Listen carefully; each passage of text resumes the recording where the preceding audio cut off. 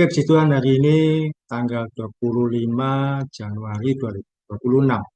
Tidak terasa waktu berjalan, kita belum lama masuk tahun baru, ternyata sekarang kita sudah masuk di minggu terakhir Januari. Hari berlalu dengan cepat, kita manfaatkan sebaik mungkin. Jangan sampai kita kehilangan waktu untuk mengenal Tuhan, jangan sampai kita kehilangan waktu untuk berbuat yang terbaik dalam hidup kita. Kita berdoa dulu, kita bersatu hati dalam doa. Tuhan Yesus, siang hari ini, di kesempatan yang ada, kami mau belajar Tuhan. Beri kami hikmat-Mu, beri kami kemampuan yang dari Tuhan, supaya yang kami pelajari ini boleh jadi berkat. Menambah wawasan kami, juga membuat iman kami semakin kuat di dalam Engkau. Bahkan juga semakin hari kami semakin pernah dekat dengan Tuhan. Dalam nama Tuhan Yesus, kami serahkan dari awal sampai akhir pertemuan Komsel Zoom ini aman untuk fasilitas yang kami pakai, juga jaringan yang ada. Di dalam nama Tuhan Yesus kami berdoa dan ucap syukur. Amin. Dan, oke, kita belajar satu bagian firman Tuhan.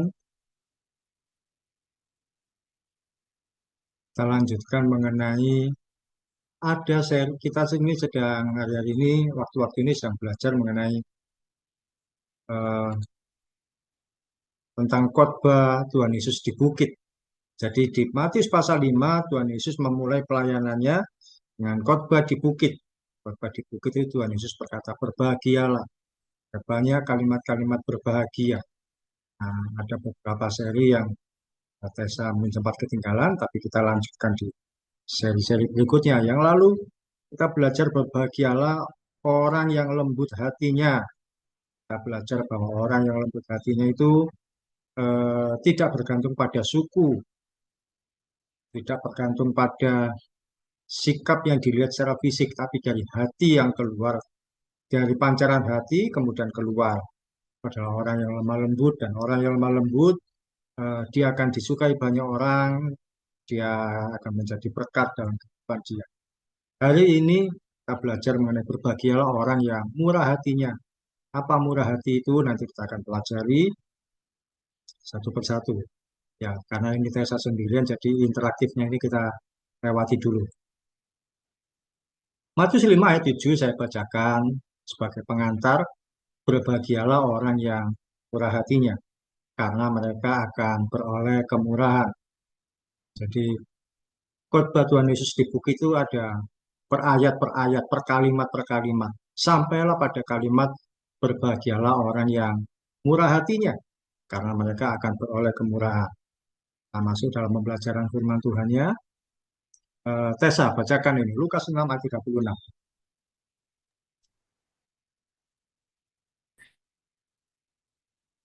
Sama seperti Bapamu adalah murah hati. Ya, Lukas 6 ayat 36, hendaklah kamu murah hati sama seperti Bapamu adalah murah hati. Kita tolong lanjutkan lagi, Matius 14 ayat 14. Matius 14 ayat 14, ketika Yesus mendarat, ia melihat orang banyak besar jumlahnya. Maka tergeraklah hatinya oleh belas kasihan kepada mereka dan ia menyembuhkan mereka yang sakit. Nah, apa yang kita pelajari dari hal ini, poin pertama ya, orang yang murah hati memiliki karakter Kristus. Murah hati itu artinya seorang yang punya sikap hati mudah memberi pertolongan dengan kerelaan hati. Jadi kalau orang itu melihat orang lain ada kesusahan, hatinya itu mudah tergerak untuk menolong. Jadi dia memiliki sikap murah hati, mudah menolong dengan kerelaan. Kemurahan hati merupakan sifat Bapa di sorga yang seharusnya menjadi teladan untuk kita lakukan. Seperti dibaca tadi bahwa, hendaklah kamu murah hati sama seperti Bapamu adalah murah hati. Kemudian Tuhan Yesus sendiri memberi teladan. Ketika dia baru turun dari perahu, ada banyak orang yang mengalami kesusahan. Ada yang sakit, ada yang pasukan setan, ada yang dalam banyak permasalahan. Tuhan Yesus hatinya tergerak, kemudian menyembuhkan mereka, mengusir setan-setan, membuat orang mengalami kelegaan. Tuhan Yesus hatinya tergerak oleh belas kasihan. Kemurahan hati ya tadi ditujukan oleh Tuhan Yesus. Demikian juga dengan kita. Kiranya kita belajar untuk memiliki kepekaan peka terhadap kebutuhan orang lain, dan membantu sebisa yang kita lakukan. Misalkan Tessa melihat temannya dalam kesusahan, kesulitan, belajar untuk peka melihat kebutuhan. Apa sih yang sedang dia alami? Dan membantu sebisa mungkin yang dilakukan. Dan saya cuma bisa membantu sedikit, ya tidak apa-apa. Setidaknya itu meringankan beban dari temanmu. Apapun itu, tentu kan tidak selalu harus berbicara uang. Mungkin perlu dihibur, perlu dikuatkan. Mungkin juga nggak bawa makanan, saya bawa makanan. Bagikan dengan dia, atau dalam hal apapun juga. Belajarlah untuk peka terhadap kebutuhan orang lain. Sama seperti Tuhan Yesus, peka terhadap kebutuhan orang lain. Mudah memiliki belas kasihan. Nah ini adalah gambar ketika peristiwa Tuhan Yesus memberi makan 5.000 orang. Dia menjumpai orang-orang yang lapar. Tuhan Yesus pun kasihan, lalu memikirkan bagaimana cara mereka bisa makan. Ini yang apa? Yang kepalanya botak ini sama yang sebelahnya ini adalah gambaran dari muridnya Tuhan Yesus. Tuhan Yesus berkata, kalian yang harus memberi makan, kasihan karena murid-murid apa orang-orang yang mengikut Tuhan Yesus waktu itu ingin dengar khotbahnya Tuhan Yesus. Tuhan Yesus mengajar, Tuhan Yesus memberitakan firman Tuhan. Tapi Tuhan Yesus juga berpikir, kasihan mereka kalau cuma dengar khotbah, dengar pengajaran, tapi belum makan. Mereka lapar. Tuhan Yesus menanyakan pada muridnya, ini mereka harus makan. Bagaimana? Makannya mereka ini banyak. Muridnya bertanya seperti itu. Dan kita tahu akhirnya bahwa yang mujizat 5 roti dan 2 ikan.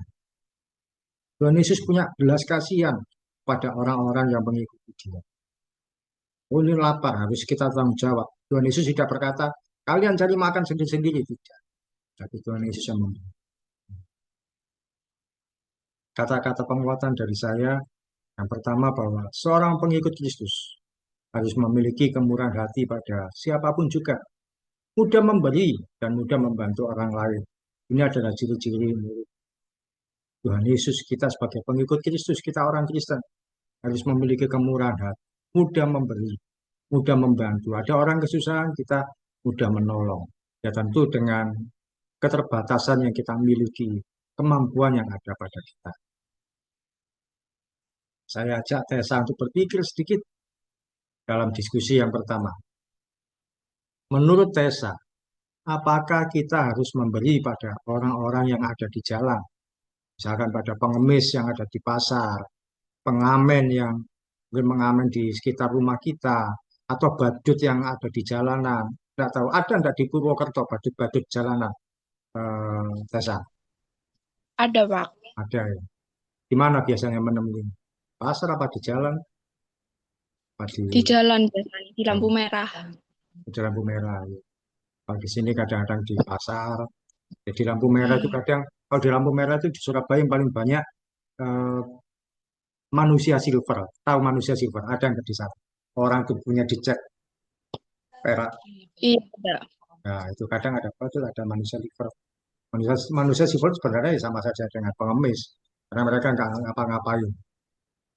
Menurut Tessa, apakah kita harus memberi pada orang-orang yang ada di jalan itu? Pengemis, pengamen, badut, dan sebagainya.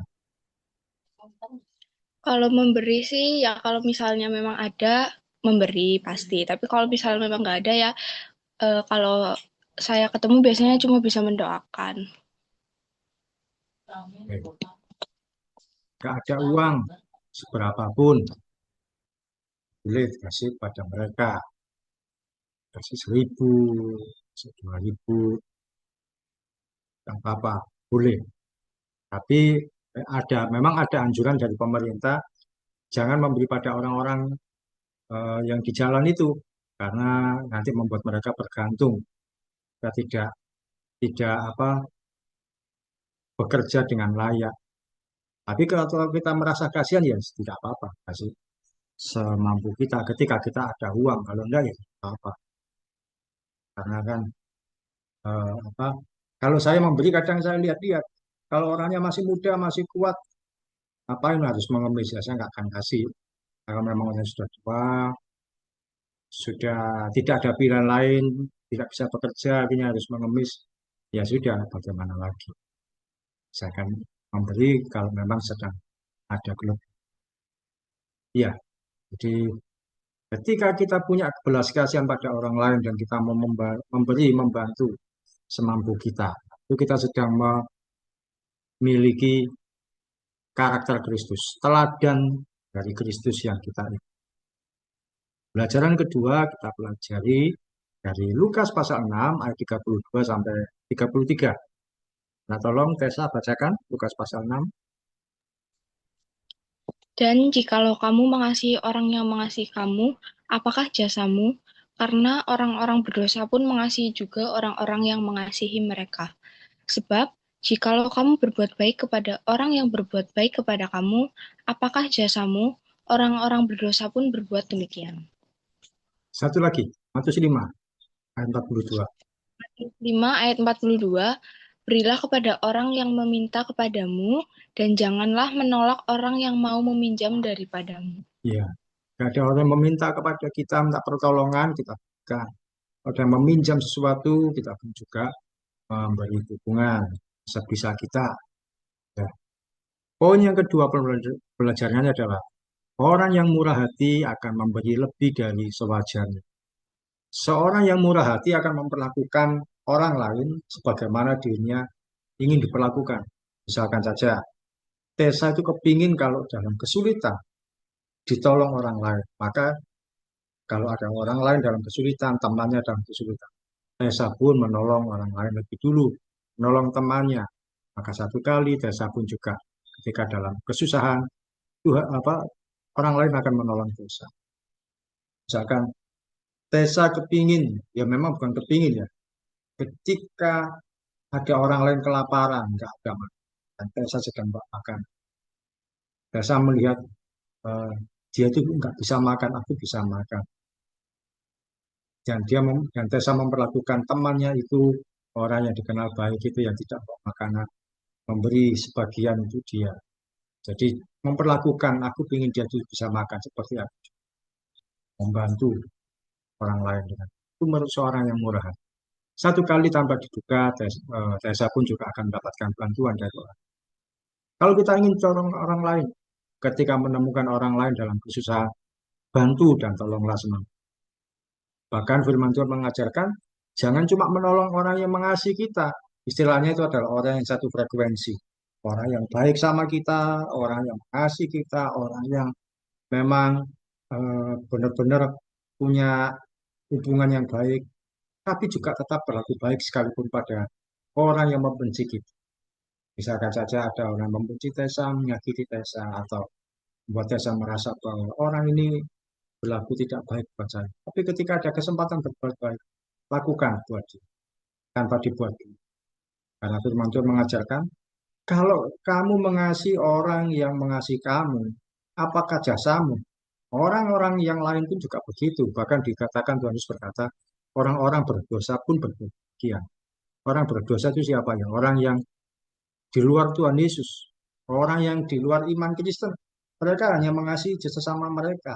Tapi firman Tuhan berkata, kasih juga orang-orang lain yang bisa jadi membenci kita. Yang mungkin memfitnah kita, mungkin membuat kita tidak nyaman. Berkati mereka. Apa yang kita berikan pada orang lain tidak akan pernah sia-sia. Semua akan kembali menjadi hal baik. Misalkan saja Tessa menolong seseorang, teman. Belum tentu teman itu yang akan membalas ke Tessa. Karena mungkin bisa jadi tidak bisa membalas. Tapi tanpa disadari, Tessa akan menerima balasan dari orang lain tanpa diduga. Belajarlah. Ini tadi kelewatan. Kalau kita hanya menolong orang yang sama-sama mengasihi kita, itu masih wajar. Belajar untuk memberi lebih dari sewajarnya. Lebih dari sewajarnya itu apa? Eh, itu tadi kita mengasihi orang yang membenci kita, yang tidak suka pada kita, yang mungkin bahkan menyakiti.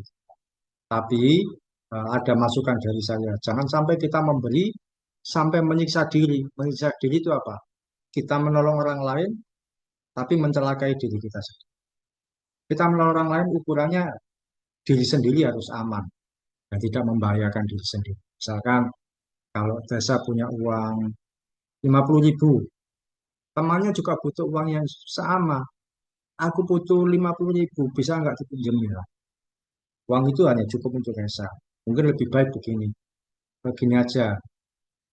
Ini juga uang saya perlukan. Kamu saya kasih separuhnya saja. 50.000 ini kita bagi. Memang tidak menolong kamu sepenuhnya, tapi paling tidak meringankan yang kamu alami. Saya juga masih akan aman dengan. Jadi 50.000 ini kita bagi dua ya. Itu lebih baik daripada 50.000 diberikan sama orang sepenuhnya, sama temannya yang membutuhkan sepenuhnya. Nah, sementara saya sendiri masih dalam. Kamu boleh memberi, tapi jangan sampai menyiksa diri dan tidak membahayakan diri sendiri. Membahayakan itu apa? Kita sendiri dirugikan ya jangan. Kadang-kadang gini Tessa, pernah tahu enggak situasi kayak gini? Ada, ini karena saya sudah menemui seperti ini. Seseorang itu pinjam nama, jadi misalkan ya ada seorang teman, seorang itu pinjam nama saya untuk saya pinjam uang. Jadi saya pinjam uang di bank atau di koperasi atau di apa. Saya pakai nama saya, tapi uang ini saya berikan ke dia, ke teman saya. Dia janji dia yang membayar.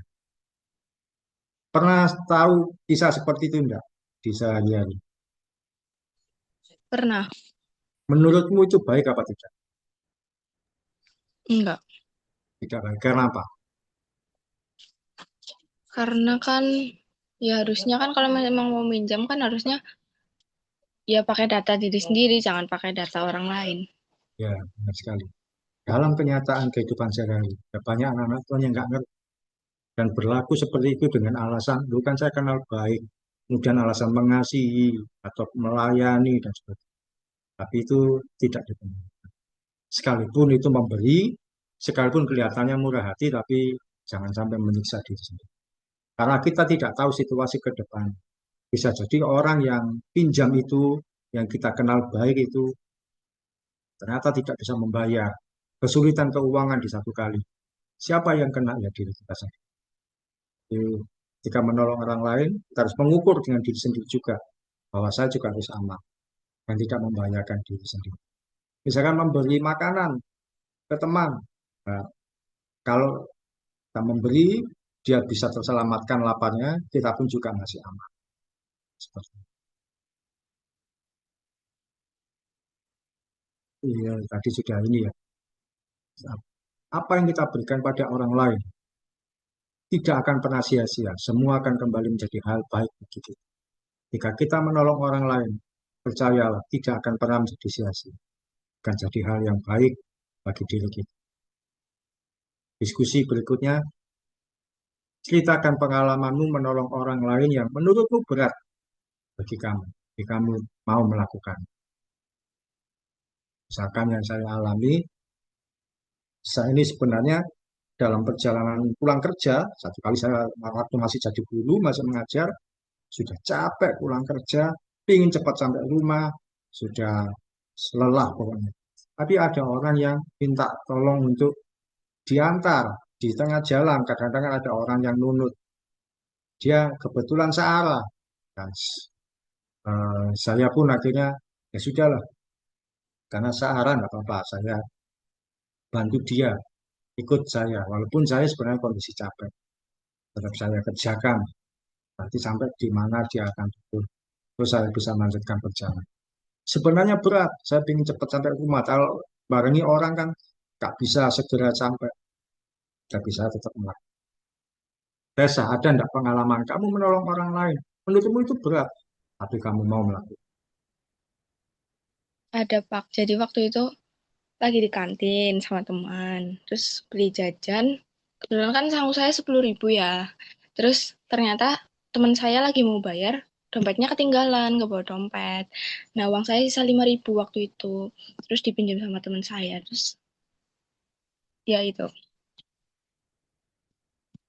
Sisa 5.000 dan temannya perlu sejumlah 5.000 itu ya. Iya, Kurang pas dengan yang ya, hal seperti itu.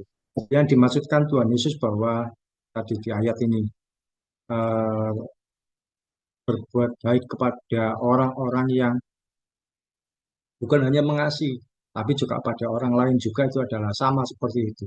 Ketika kita dalam kondisi butuh, ternyata kita sedang dalam kondisi yang butuh atau kita sedang dalam kondisi yang capek, yang sebenarnya tidak ingin membantu, tapi kemudian ada orang lain yang sedang dalam kebutuhan, kita membantu mereka. Itu juga kita mengasihi yang lebih dari sewajar, lebih dari yang sewajarnya. Kalau eh, mengasihi yang sewajarnya itu misalkan uangmu lebih 100.000 dan temanmu butuh 5.000.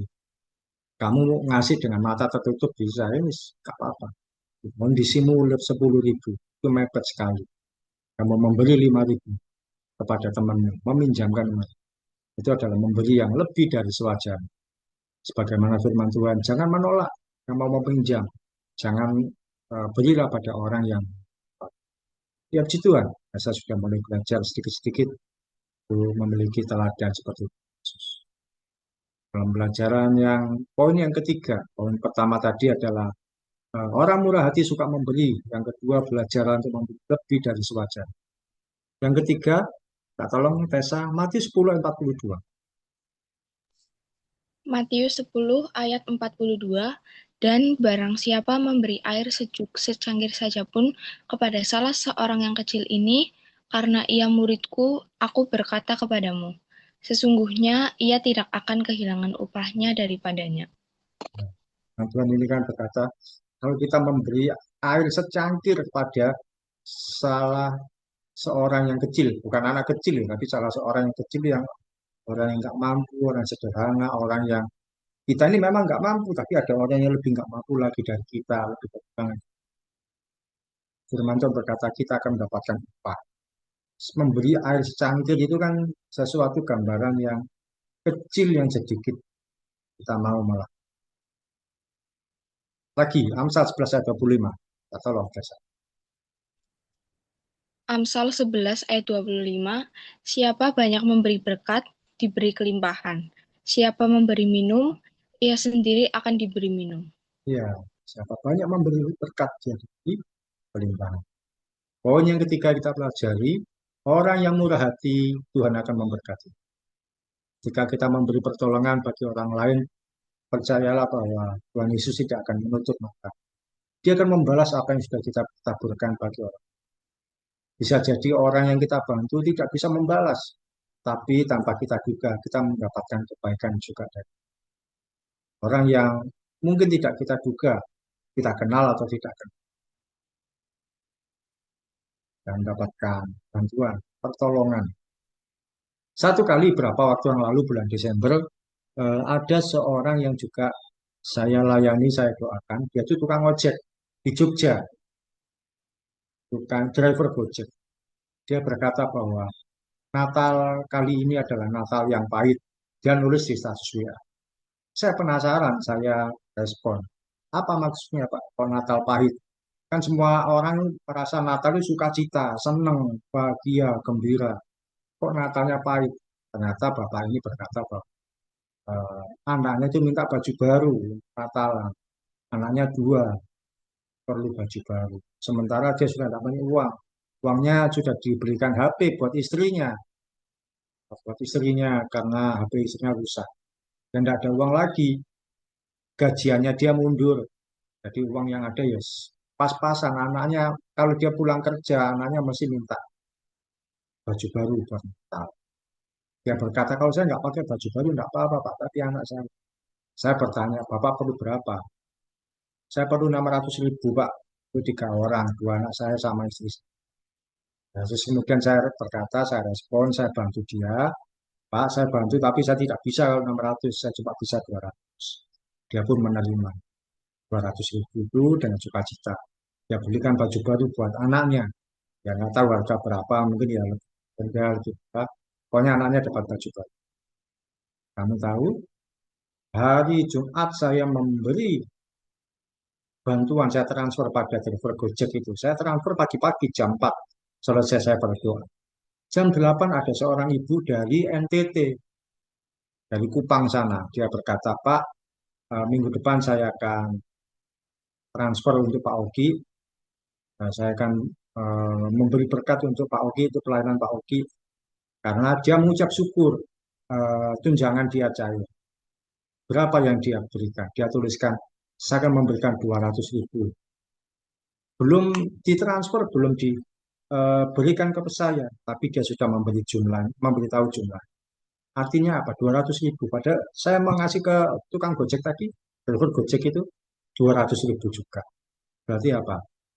Saya tukang Gojek tadi, supir Gojek itu tidak bisa membalas ke saya karena dia akan membutuhkan. Tapi saya dapat balasan dari orang lain tanpa saya duga, tanpa saya mengira bahwa saya dapat balasan juga dari orang lain dalam waktu yang singkat. Jadi ketika kita memberi, bisa jadi kita nggak dapat balasan dari orang itu, tapi Tuhan membalas melalui orang lain dan kita tidak. Tadi dibacakan di Amsal 11 ayat 25. Siapa yang memberi minum, dia akan mendapat minum. Nah, itu dalam bahasa aslinya, dalam bahasa Ibrani, terjemahkan sebenarnya artinya begini. Siapa memberi minum satu gelas, dia akan mendapatkan minum satu ember. Jadi kita ngasih minum ke orang lain itu sedikit. Cuma ini yang bisa saya lakukan. Ini saya cuma bisa mampu satu. Ternyata balasannya adalah satu ember. Kalau di bahasa Indonesia itu kurang jelas. Cuma siapa memberi minum, ia akan diberi minum. Biasa. Tapi sebenarnya adalah siapa memberi minum satu gelas, dia akan diberi minum satu ember. Wah, kan itu lebih lebih banyak yang kita dapatkan. Quote yang ketiga, atau kata-kata motivasi saya. Berilah dengan ketulusan hati, jangan berharap imbalan. Oleh karena belum tentu orang yang kita bantu bisa membalas sama seperti yang kita beri. Tuhan Yesus pasti memberkati kita melebihi yang sudah kita beri. Ketika kita memberi, membantu, memang kita jangan berharap apapun, sudah tulus saja ngasih. Tapi percayalah satu kali Tuhan pasti berkati. Jangan terintimidasi orang mesti berkata, lu kalau begitu kalau memberi nanti berharap Tuhan membalas. Itu sama saja seperti kalau Tessa menekan punya kipas angin di rumah, tekan on pasti nyala, tekan off pasti mati. Artinya apa? Kalau kita memberkati orang lain, otomatis Tuhan itu akan memberkati. Walaupun ya kita nggak berpikir ke sana, tapi pasti kita akan dapatkan balasan dari Tuhan melebihi dari yang kita beri. Pasti. Walaupun mungkin nggak sekarang, mungkin besok atau di hari depan. Poin terakhir, pernahkah kamu memberi sesuatu pada orang lain? Tidak lama kemudian kamu mendapatkan berkat yang tidak Nah, kalau saya seperti yang saya ceritakan tadi, saya menolong dari Jack, Bang Jogja, 200.000, ternyata saya dapatkan 200.000. Ada satu cerita juga di satu grup Sumba yang ibumu ikut itu juga. Satu kali ada seorang pendeta yang minta ditolong. Pendetanya ini adalah di Bekasi, dia itu hidupnya menggelandang dari jalan ke jalan. Nggak punya rumah, nggak punya penghasilan. Minta tolong saya taruh di grup Sumba. Di grup itu saya juga sudah menolong banyak orang-orang yang ternyata ujung-ujungnya orang itu cuma memanfaatkan supaya dia dapat uang, supaya dia dapat pemberian. Saya ngasih ke dia banyak sekali bantuan, terutama keuangan. Kalau nggak bisa beli makan, dia WA saya. Saya kasihan, saya kasih uang. Tapi satu kali bahwa, wah saya nggak boleh memberi terus-terusan. Itu nggak. Ketika saya total yang saya kasih ke dia, uangnya kurang lebih 2 juta. Dia minta, saya kasih, dia minta, saya kasih. Terus satu kali ketika saya minta balik, ya dia tentu nggak bisa memberi. Saya berkata, Tuhan ini gimana? Saya juga dalam posisi butuh uang. Tapi dia nggak bisa membalas ke saya. Hari ini kalau saya melihat ke belakang, Tuhan memberkati saya lebih dari yang saya berikan. Saya anggap 2 juta itu hilang, nggak apa-apa. Tapi Tuhan sudah memberkati saya berlimpah-limpah lipat, berkali-kali lipat lebih dari yang saya berikan kepada dia. Sementara dia, orang tadi yang ngaku-ngaku pendeta, hidupnya menggelandang dari satu jalan, sampai sekarang ya tetap begitu, karena dia cuma meminta-minta, nggak pernah memberi, nggak pernah apa, berusaha sekuat. Pernahkah kamu memberi sesuatu pada orang lain? Tidak lama kemudian kamu mendapatkan berkat yang tidak. Mana? Pernah, Tessa? Pernah waktu kemarin ibu ke Madiun kan dikasih sangu buat makan tiap harinya. Terus buat jajan juga. Eh, Habis itu tuh beli jajan, adik sepupu saya ngikutin. Terus minta dibeliin jajan juga. Ya udah saya beliin. Terus pas ibu pulang, uangnya diganti, saya dikasih uang sama bude saya 100.000. Oh. Padahal dibuat jajan, berikan jajan tadi berapa? Ya paling 5.000 doang. 5.000 tapi bisa 100. Memang nggak terduga. Belum tentu begini. Wis aku saya nggak akan bantu. Wis tiba-tiba nanti dapat 100.000 ya belum tentu dapat 100.000. Karena kan itu berarti belum. Nggak bisa kita gitu. Karena itu kan bukan gaji, bukan apa, tapi pembelian itu tidak gitu. Ketika Tessa memberkati, sudah ini yang bisa saya. Ternyata Tessa dapat ganti yang di luar gitu. Biasa. Itu adalah kita belajar bahwa anak Tuhan itu belajar untuk memberi, belajar untuk memberkati, belajar untuk eh, menjadi saluran pertolongan bagi orang. Oke, itu yang kita pelajari hari ini bahwa kita menjadi pribadi yang murah hati, terbuka, peka terhadap kebutuhan orang lain. Ya, saya tidak apa namanya merasa diri saya lebih baik atau mungkin atau bagaimana. Ketika saya belajar memberkati seperti pada Tessa, saya memang tidak berharap Tessa memberi ke saya. Tapi satu kali ketika Tessa diberkati Tuhan lebih, mungkin bukan sekarang, jika nanti sudah bekerja, belajarlah memiliki kepekaan pada orang lain. Oh ini anak ini dalam kondisi yang tak mampu, kekurangan.